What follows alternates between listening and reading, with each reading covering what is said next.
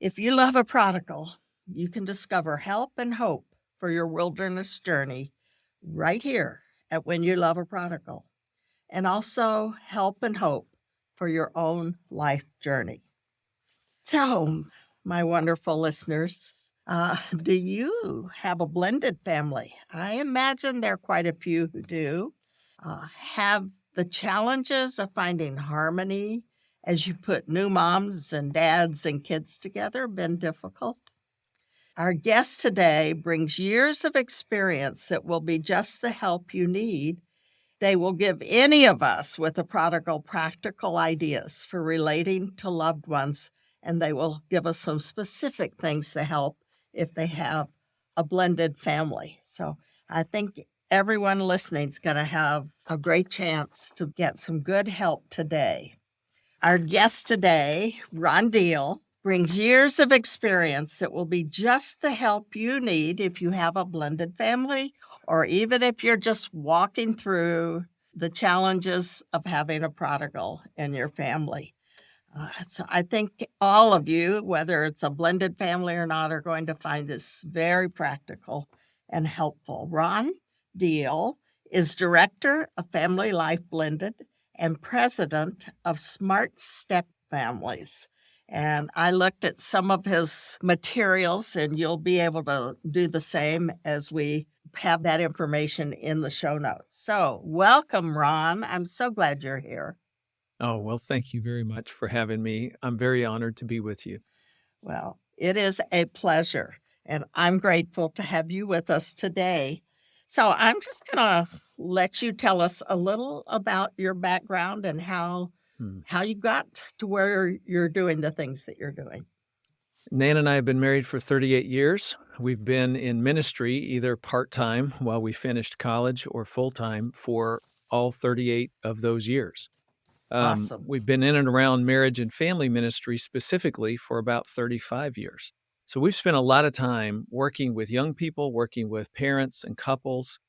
And in the course of doing that marriage and family work, first in a local church for 2 or 3 churches I worked for about 22 years, and then venturing out and doing nonprofit work and now working with Family Life for the last 12 years, I stumbled onto this thing called step families. It was in graduate school studying marriage and family therapy that I gained a keen interest in the complexities of single-parent families and blended families, in part because I had been a youth pastor at one point in my life. And I'd worked with all these kids who had, real internal struggles, identity issues, and I couldn't really understand their world or their family when they would describe it to me.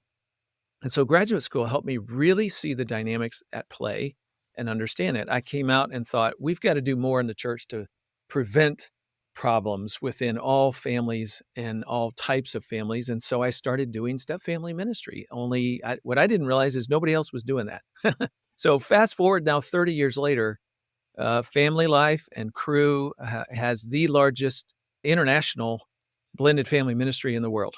Wow. We have the leading resources. We're the ones who are telling pastors and church leaders what they need to know so that they can minister better in a local church setting. And on an ongoing basis, I have the privilege of doing podcasts and presentations and workshops and writing books and empowering, equipping couples as well as helping the church be the church to single parent families and blended families.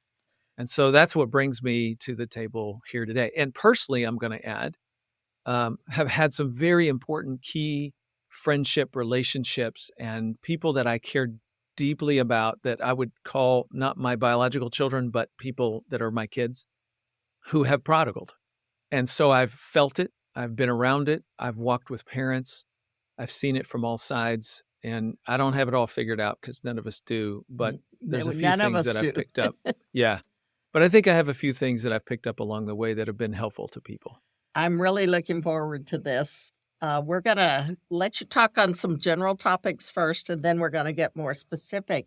But I wanted to say that on blended families, in a sense, I have a blended family because our son, who has been our prodigal, he's in great shape now, but he came to us, he was almost 10 years old. And we had him as a foster child, and then we adopted him. And so we're pulling into our family, our two daughters. It was quite a challenge for everyone to bring this new person Yes. into our lives. And it was hard for Mhm. him to not Right. be with his family, which was primarily his birth mother and her parents. He never knew who his birth dad was. So yeah, it's definitely brings new dynamics into Yes. relationships, and when you get that, you often get more challenges. Mhm. But we'll come back to that. The first thing I want to ask you is what in the world is how to befriend a squirrel? Okay. So, how to befriend a squirrel. We just caught the attention of your listener who's like, "What is going on?" Well, let me just back up and before I give you that analogy, let me just say, I think, at the heart of the challenge for parents who are loving a prodigal is the pain that you feel as a parent and how helpless you feel. And what Yes. do you do with your pain? That's one issue. And another central question has to do with how do I gain influence with my child? You're Yes. hoping that by word or example or something, you can keep an influence with your child that will bring them back. Or, of course, we pray for God to influence our children through other people, circumstances, different things that we want Yes. to see happen. But it's really all about this question of influence. Where does that come from? And if I can have more, how do I get it? Okay. Mhm. So, with that, let me ask you a question. If Okay. I gave you a task and I said, Judy, what I want you to do is I want you to go to a park, find the most beautiful park you can find, go into that park. I bet you there's a squirrel or two somewhere in that Probably park. lots. And here's your task, Judy. I want you to make a friend out of a squirrel. Now, what would you not do if you're trying to make friends with a squirrel? Well, I probably wouldn't chase after them. I Okay, certainly would not climb up in the tree to get them since I'm not good at that. right? My guess is I would think, what would they like? Well, they would like food, nuts, or other things. So that's probably Okay, where I would start. And just say they're up in a tree, I might sit around at the bottom of the tree with eating the nuts myself, even, and uh huh. offering them to them if they come down. That would be my approach. Well, let me tell you, you get an A. Oh, That was an yay. awesome. That was a great answer. Let's analyze for a second. What would you Okay. not do? Okay, well, chase is the first thing you cannot do. Now, I just want everybody to pause for a minute. Your child, a prodigal, is skittish. They're a squirrel. And for whatever reason, they don't trust, they don't believe, they don't want you getting close to them. Maybe there's some pain that's happened in your relationship, maybe not. Maybe it's pain from somewhere else, some trauma in their life that has nothing to do with you, but still they're skittish. For whatever reason, they're very afraid of being consumed or trapped. Yes. And so, because of that, chasing is off the table. Now, sometimes we just need to pause because when I talk with parents of prodigals, this is an eye opening moment where they go, you're right, I chase all the time. I text them 5 times a day. I call them on a regular basis. They've said, don't come over to the house unannounced, and I keep doing it. That's chasing. That's doing all the things where you're trying to gain some control, some influence on your own strength and power and your own timing over a squirrel that's already skittish. Yep. You just can't chase. The other thing you can't do is you can't throw rocks at it. Yeah, that You probably can't wouldn't call it work. names. No, it probably wouldn't. You can't call it names. You can't yell and scream at it. You can't do anything that is threatening to the squirrel. Now, in your mind, when you are getting angry with the squirrel, it's because you love the squirrel. I mean, that's the bind that parents of prodigals have is this is out of desperate love for your child that you're trying to get their attention. But to the squirrel, it's just anger and threatening. And so that just makes them even more skittish and they run further and further and further. And we, in the process, Judy, lose our influence. We're not gaining influence through these strategies. We're losing our influence because there's a growing distance between us and the squirrel. You can't outrun a squirrel. And by the way, if you took a trap to the park, And we said, oh, this is how I'm going to make friends with a squirrel. I'm going to trap it. Well, trapping is not friendship. That's not They gaining wouldn't trust influence. you at all then. Absolutely. You're losing your influence with all of those strategies. See, unfortunately, one of the things we resort to in life when we feel out of control is we go to blame, we go to shame, we go to control, or we just sort of escape the whole situation somehow. Blame is, yelling anger at the child, accusing it, saying this, that, all with an effort to try to get it to come near us. When you say that out loud, you go, well, that's silly. It's not going to come near you. Right. It's not. It's skittish to begin with, and now you're angry at it.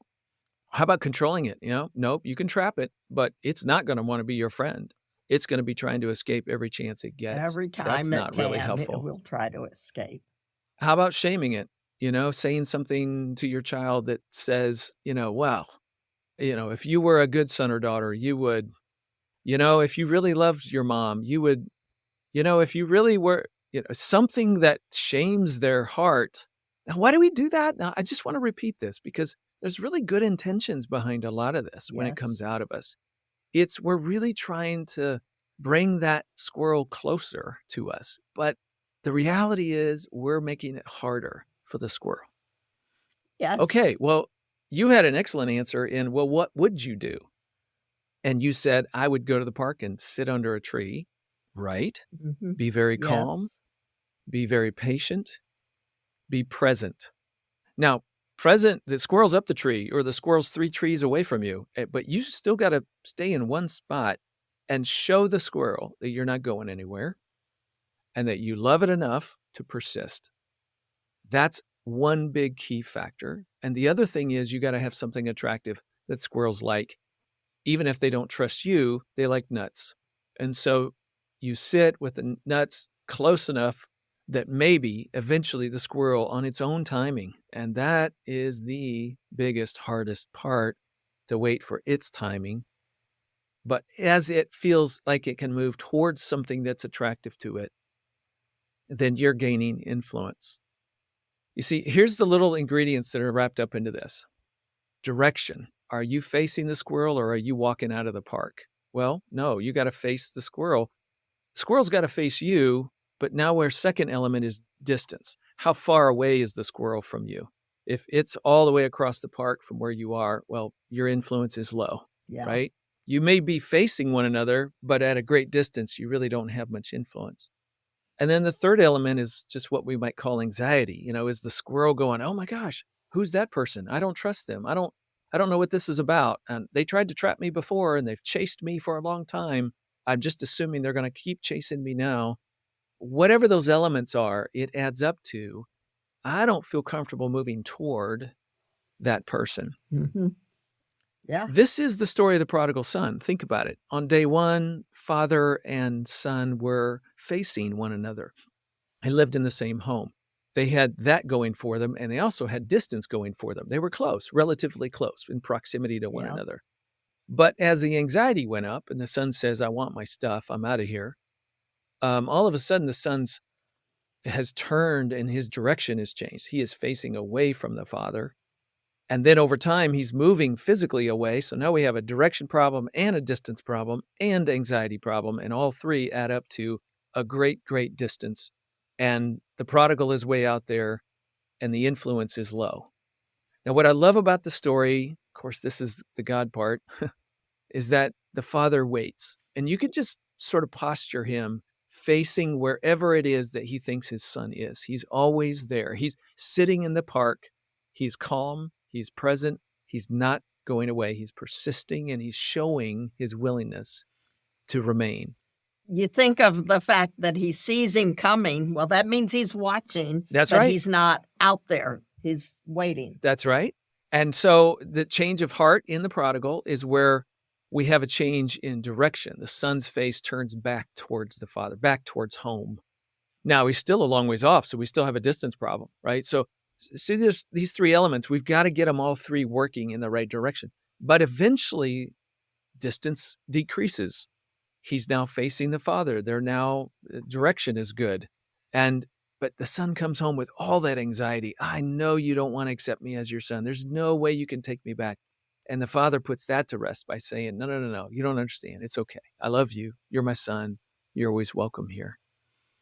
I love it. When we get into our pain as parents, we resort to all the wrong strategies. We start chasing, we start blaming, we start trying to control, we're grasping for straws, and understandably so. We love our kid. We want them back. We want them with the Lord. So we resort to what we think will work, and it doesn't work.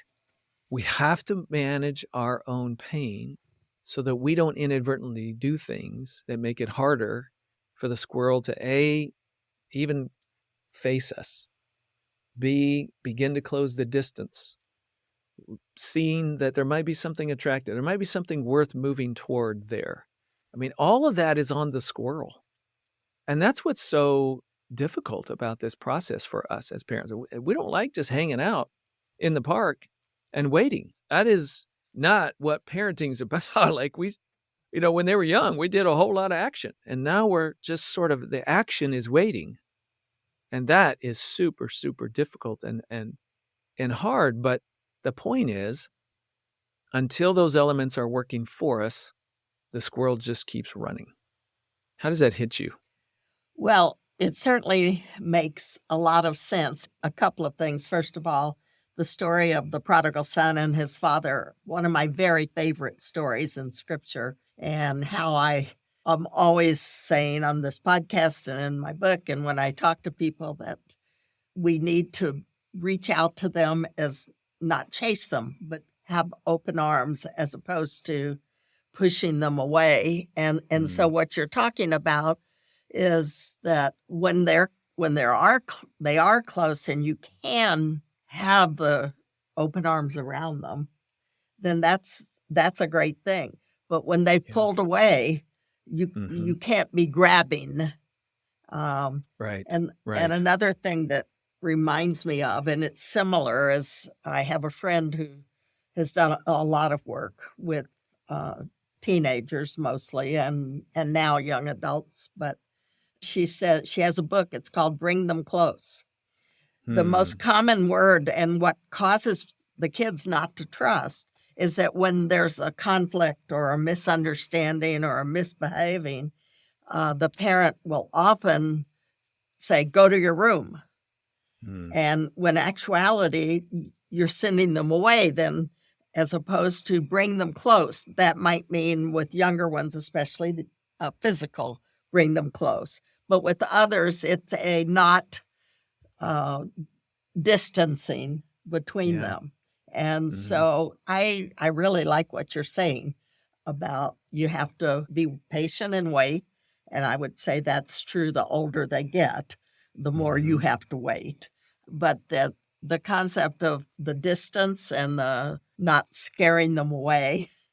As we unpack this, a couple of things come to the surface for some people. One of them is, I didn't realize I was chasing when I was telling my son that he was absolutely wrong and going to hell. And, you were chasing with anger and blame and in a manner that made them not trust your message. And so when people sort of wake up to those little moments, they go, well, what do I do now? We're already in this place where there's a lot of distance and my child is not facing me. I don't have the direction working in my favor. It's working against us right now. And it's like, there's no fix that is up to you. Squirrel has to do a lot of heart change, but it really would be helpful if you would apologize. It really would be helpful if you would own that part of you in a way that just communicated to the squirrel, hey, I want you to know that I get that what I was doing back then or yesterday or whenever it was, that doesn't make you trust me.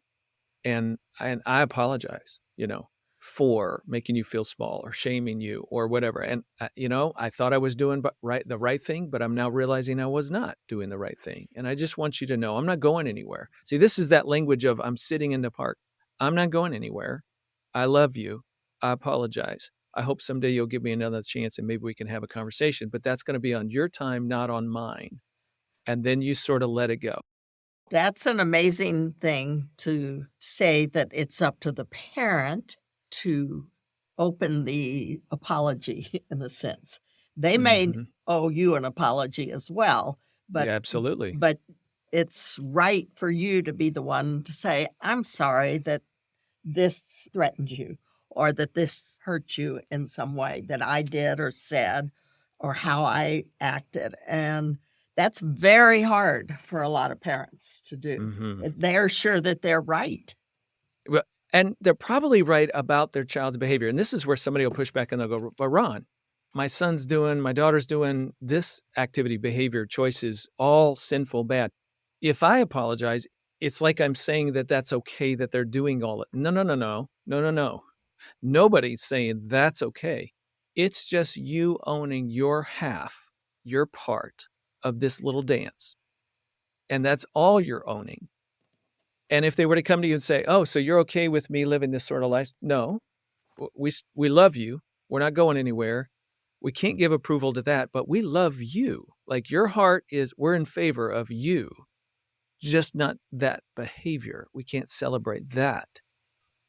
And so you make those distinguishing, truths every once in a while. But the point is, what you're saying is, I'm owning what I did, and I am letting you know that I'm going to work really hard not to do those kinds of things anymore.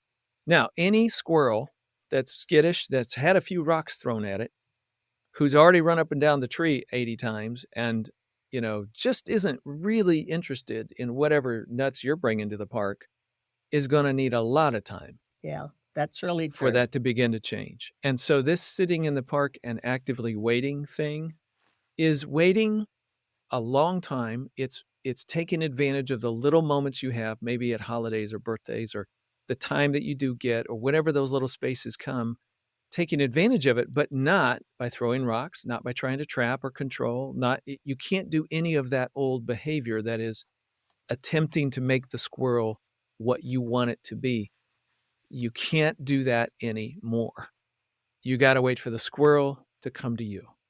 Well, and again, that whole concept is one that says the parents or whoever is trying to rebuild relationship needs to be willing to own that maybe they had a part in this, that it's not all the fault of the prodigal or the person who's run away, or maybe not physically, but often it is. It's just a hard thing. Parents think, we know, we're wise, we're mature, we've made the right choices, and they're the ones making the wrong choices. And they may be, yes, probably are making the wrong choices. But if we can't own that maybe some of our behavior or way we respond to them has been part of the push away, it's very hard to renew and refresh and heal a relationship. That's so insightful. Let me connect a couple other dots for you. So not only do we as adults, when we have a painful moment, by the way, this is true of any pain in our life, whether it's a work-related pain or a friendship or a marriage that just brings a sense of hurt to your life, or a child that's acting out in ways and moving away from the Lord. So we do the blame, shame, control, or escape thing, but so do kids. And here's the connection. Sometimes our blame or shame stuff we did, no son of mine's gonna, nope, you're a deal. We don't act that way. That's a shame. Or a lot more than that. Kids in their pain also do. You, dad, it's your fault. Da-da-da. Shame. Oh, it must be me. I'm just unlovable. My dad can't receive me because he's told me I'm not good enough to be a deal. That's shame. If they internalize that sort of thing, now it's like they're trying to find their worth in whatever will come along their pathway. And that opens them up to all kinds of negative influences in the world. So they can do blame, they can do shame, they can do control, where they try to control their world and I'm going to prove I'm going to get straight A's and my dad will receive me. I'm going to be the best basketball player and football player. I'm going to get a scholarship. Then that proves to be fruitless. Or they do escape, and escape is into drugs and alcohol and friendships and the world and anybody that will receive them, and sex and pornography. And like, there's lots of expressions of those coping styles. And often those things are what they end up chasing into their prodigal journey. And they're still stuck in that, just like you were stuck in that. So when you, as a parent, say, you know what, I just recognize something in me. I've been chasing you by being mad at you. And here I was trying to because I love you so crazy. I wanted you to come back and get right with the Lord. And because of that, I just got mad at you all the time and I made you feel small and I am so sorry. And that's not right of me. And I'm repenting of that. I'm going to try not to do that anymore. What you're doing without saying the words, and son, I hope you'll do the same. You never say those words because that's a chase, right? That's you now saying to the squirrel, I got this for you. You just got to let me control it. What you never do, but you Yes. model what it is to take Yeah. control of your own heart. Now that might be in the long run, not today. I guarantee it won't happen quick, but someday that might turn into be, well, a few nuts that you've just laid out on the No. ground in the park. Like all of a sudden you're a little more attractive as a person, as a parent. You got a little safer to this 35-year-old child that you've been chasing for a really long time. So it is the pathway not only to what is right for you to do, but it becomes a model for them of what it's right for them to do. So what you're talking about is influence. And It all comes to how much influence do I have? There's an old phrase, you keep your friends close and your enemies closer. Why do you want to keep your enemies closer? Because you don't have influence if they're a long ways away. As distance grows, you lose. How much influence do we have over Iran and Russia right now? And not too much. Nothing. Not too much, right? It is in diplomacy. It is in relationship that you gain influence. So I've often struggled as a family therapist. I've worked with some families where one parent will say, okay, that's it. I'm done. If my child is going to continue to think X, Y, or Z or do X, Y, or Z, they're out of the house. And my thought is, okay, wait a minute. You just totally self-sabotaged your influence. The further you push your child away, the less influence you have. Are you trying to diminish your influence? And the answer, of course, is no. That parent thinks by threatening the child or kicking them out that they're going to make the child repent. It doesn't work that way. You just made your enemy, if I could say it like that, further from you. You have less influence now in their life, not more. What you got to do is figure out ways of being a safe person that they feel like they can move toward. This does not mean you condone their behavior or their lifestyle.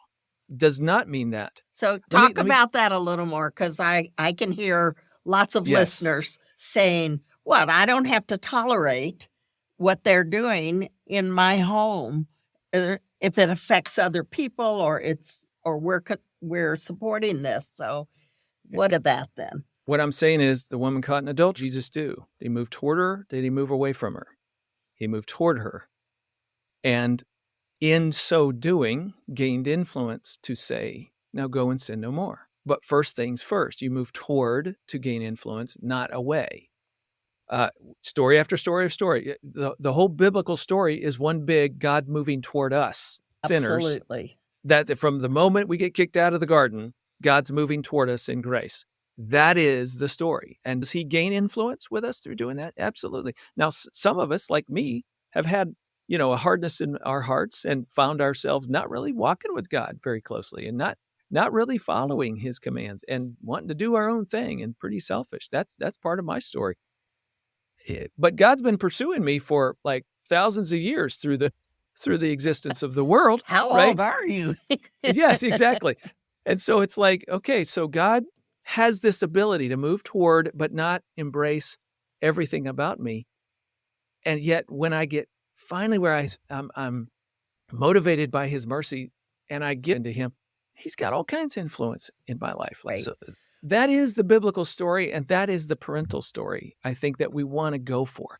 Now, let me just tell you one other quick story just to illustrate. I know there's a tension here. I'm not meaning to make this sound easy, because when our kids are living a certain life or doing certain things, we don't want to give the impression we're okay with that. And yet at the same time, we've got to find a way to move toward. So very dear friends of ours, very, very dear friends of ours, have a daughter who came out as a lesbian and then announced that she was getting married. Now, this is a young woman that I have 3 boys. this is the daughter I never had. Okay. And so what do I do? Do I go to the wedding? Here's what I decided to do. And in hindsight, I still feel pretty good about this. Nothing's clean, nothing's perfect. But this is what I decided to do. I took her to lunch. And okay, so I'm moving toward. I didn't make a phone call, say I'm not coming to your wedding. I didn't just not show up. I did not respond to the RSVP. Moving away does not increase influence. Yeah. I have to figure out how to move toward. Take her to lunch. And I tell her how much I love her. And I tell her how I am never leaving her life. And she is welcome in my home any day of the week. And we're going to still celebrate holidays together. And we are going to continue to do life as we have done it all these years since she's been born into the world. But I say to her, but I can't come to your wedding. Celebrate you. I do not celebrate this new thing you're creating with another woman. I can't celebrate that. But I am not stopping to celebrate you. So committed to you, just not going to be a part of that. Does that make sense? And she was gracious and she said, yes, I can see how that, but the whole process was me moving toward her and then defining, I am for you, I'm not for this. And then as quickly as we could, we had her back in our home. We had more relationship. I get on the phone. We engage life together, because if I don't keep moving toward her, it's going to be really easy for her to just feel like, well, Ron's just, he's not going to be a part of my world at all. And I can't have, no, there is a way to move toward even in that tension. Yeah, that's true. But then not celebrate that peace. And so that's ultimately sometimes what parents of prodigals are going to have to look for. It is messy. It is not clean. And it's a pretty miserable experience for you, because as you move toward that person, you feel like you're so torn inside and you're in angst and you just wish they'd get their life figured out and right. And that's our pain. And it's our job to manage our pain, not make the squirrel manage our pain. Yeah. Because squirrels are skittish. They don't care about They are your very pain. skittish, yes. They just can't take responsibility to make you okay. That's my job.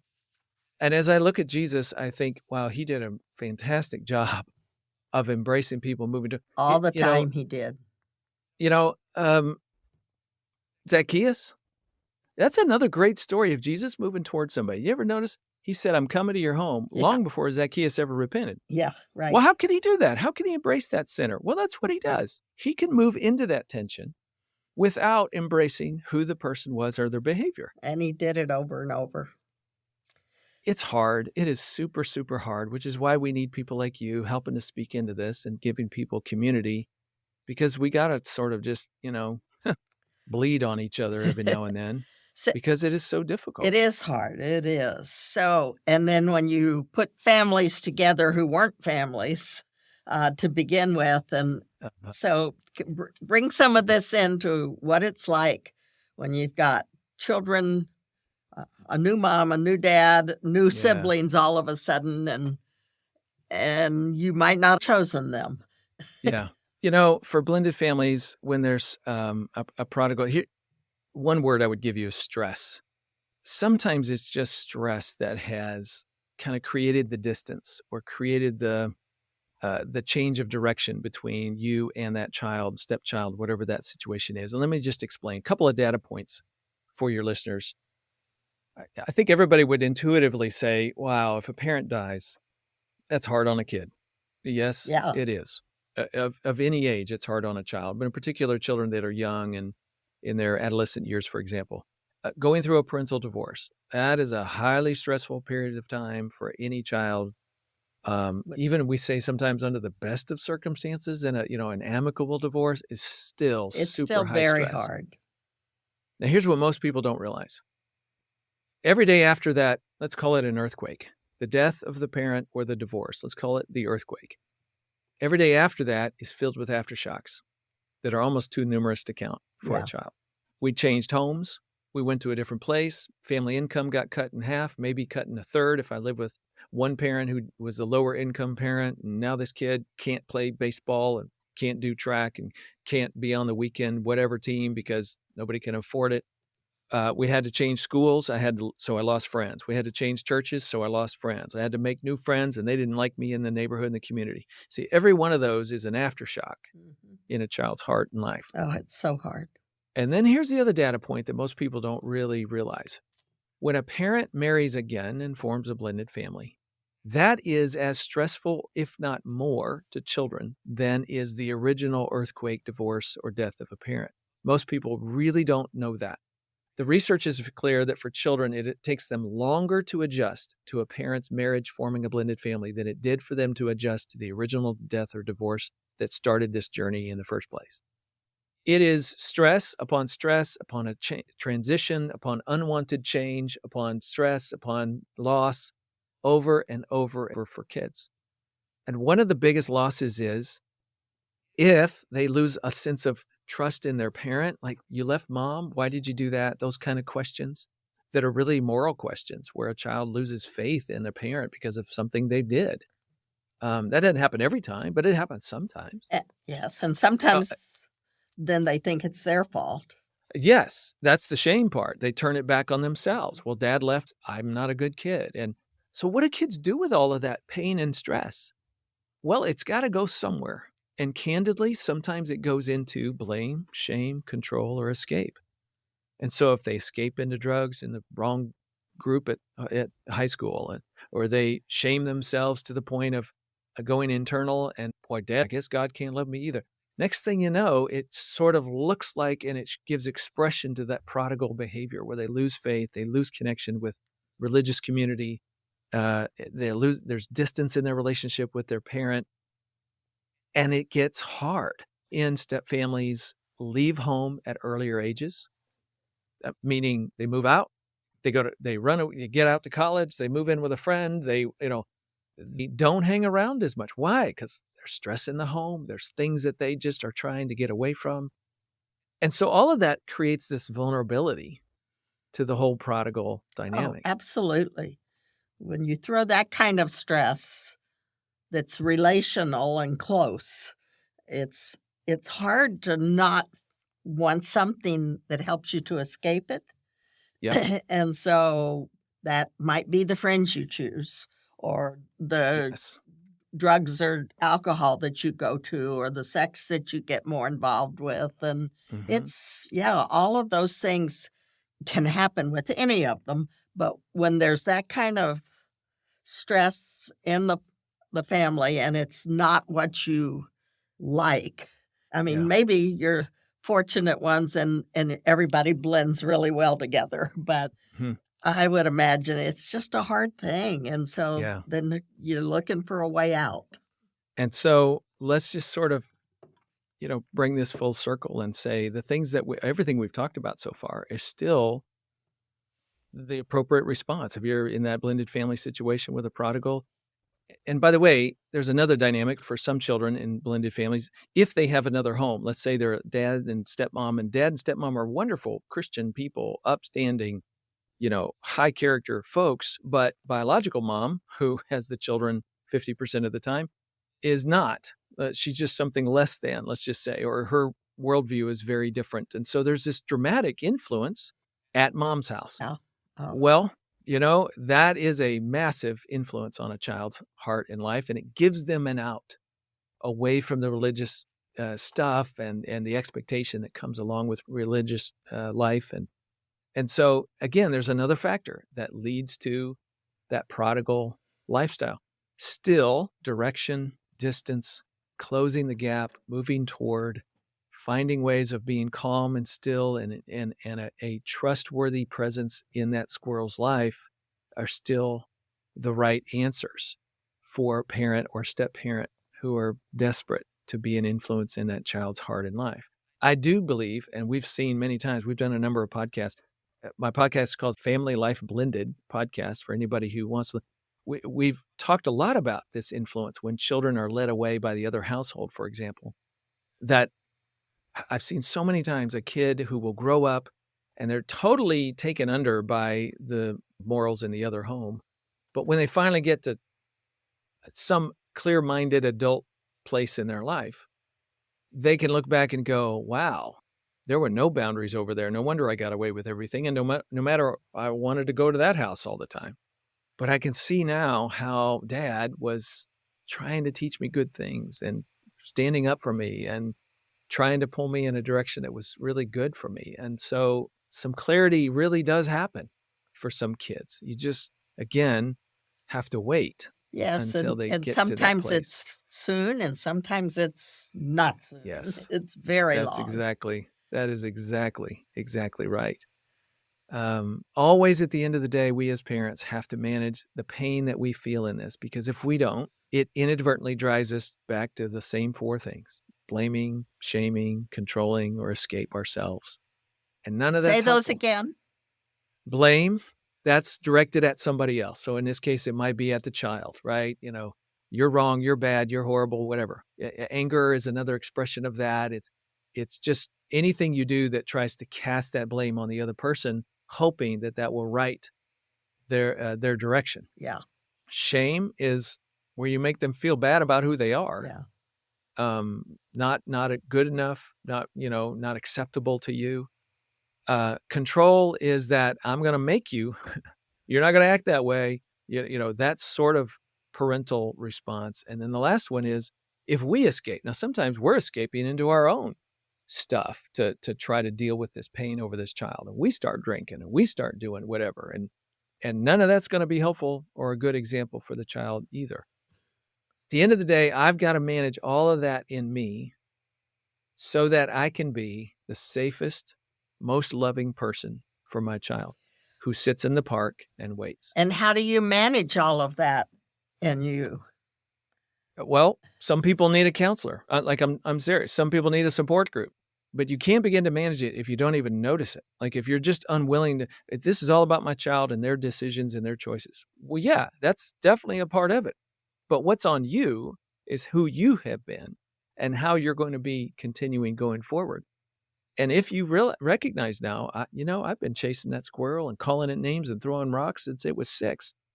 Yeah, it's time to stop, because that squirrel will never come back at somebody who keeps throwing rocks. Yeah. It is not your job to make them at age 25 or whatever turn around and come back.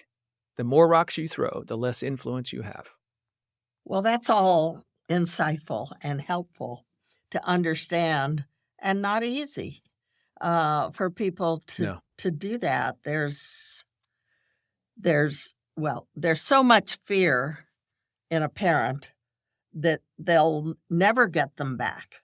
And so then you hold on and maybe do things that are really enabling of some bad choices, as opposed to trying to walk well with them and not give them the distance and keep loving it, but not trying to control and not trying to make them do what you want. It's not an easy road. And that, as you said, might be a counselor. Yeah. It may be a spouse that's a little more grounded and able to do that and can help you. It might be your best friend who has either experienced something that gives them wisdom there. And so just ask God to provide that help that you need so that you don't chase them away. That always concerns me when I hear the attitudes and responses, and I think you're chasing them away. You don't have to say, I'm fine with what you're doing. You just need to be there and seek to continue the relationship and not chase them away. But they know most of the time, they know exactly what you're thinking. They know you don't approve of this and that you don't like this. You don't need to tell them. You don't ever have to say it again. Even if you never said it again, they still know how you feel about it. But what they're seeing when you continue to show your presence is, all right, they'll receive me. They'll continue to be around me. They're not going to embrace this choice that I make or this lifestyle or whatever it is, but they love me enough to continue to be around. You could make the argument. I know we shouldn't push parables too far. We shouldn't make every little element of the parable equal something in life. That's not the point. of parables. But I do think it's a fair thing to at least ask the question, what's the best thing the father did in the story of the prodigal son? In the whole story, what's the greatest thing he did in the story? And I have to think that it's the standing on the edge of the property waiting. He made himself as close in proximity to the Yes. child as he could. It was up to him. He was watching. His face was looking in the right direction.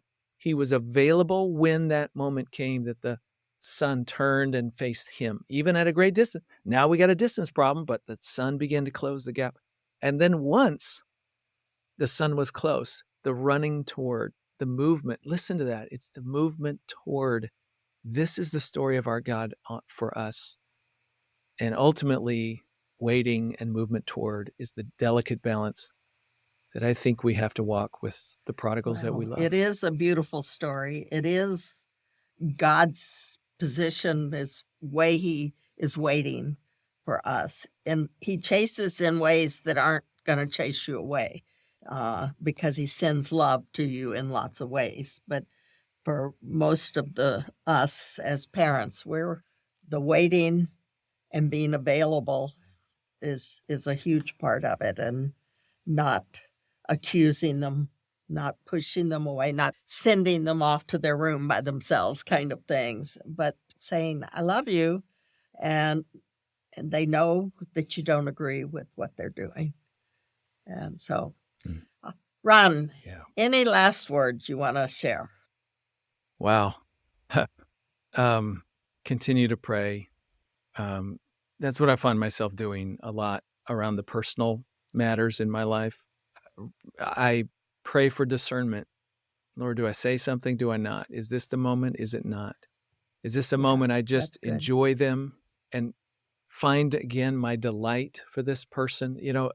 I think that's something that gets lost sometimes. When we look at our child or this child that you're caring for and all you see is prodigal, well, you can't really smile at them anymore.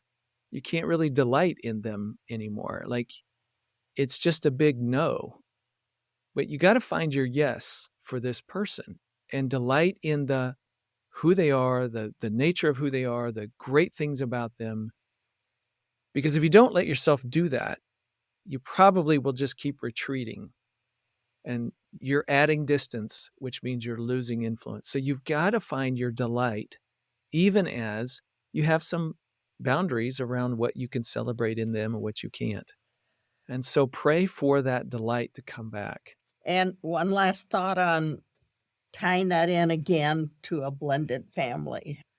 When there's a prodigal, the biological parent should be the one in the park. More often than not, there's exceptions to every rule, but more often than not, it's the biological parent that the squirrel is even remotely invested in.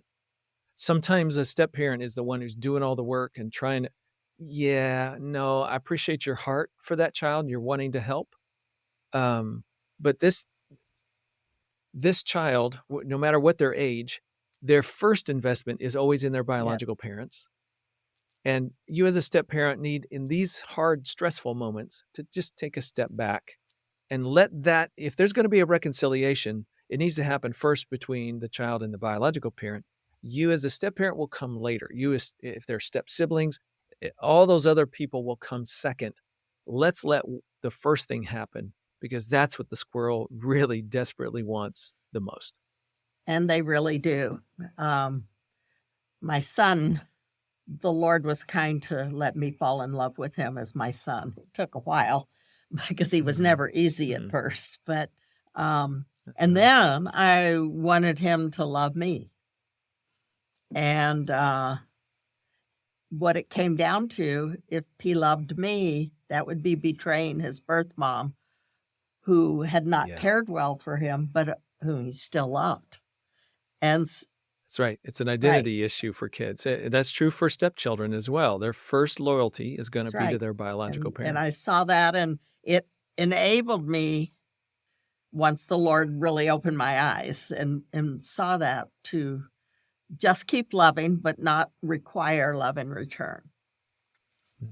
And good for you. That's so hard. And now he tells me he loves me all the time. and because he grew to it, and I didn't force it on him, that's the forcing, the chasing to such a degree is a hard thing for the parent to not do. And so your words are full of wisdom to help them see that's not the way, that's not the right way to influence, the right distance, the way facing the right way. So thank you for that. Thank you I'm for so having me. grateful. And again, let me pray. Father, thank you. Thank you for this wisdom from a very practical illustration and in different kinds of situations. And I pray for all of those who listen to this now and over time as it continues to be available, and that Ron's good equipping will be truly helpful to people. So thank you, Father. In Jesus' name. One last thing that I want to add here is we're going to make available 2 of Ron's books. And if you'd like to be in a drawing to win those, one of them, we're going to do 2 of each of 2 books that are listed in the show notes, as well as he's been so kind as to give us a link to all of his resources, in a sense, with the 8 sessions. Is that it? 8 sessions? Yeah, it's an 8-session video series. We are eager for you to take advantage of that you can really learn and apply and see a change in the relationships that are at risk or in tension. So be sure you go to the show notes and check the way to put your name in the drawing. Thank you. Thanks so much. Thank you, Ron.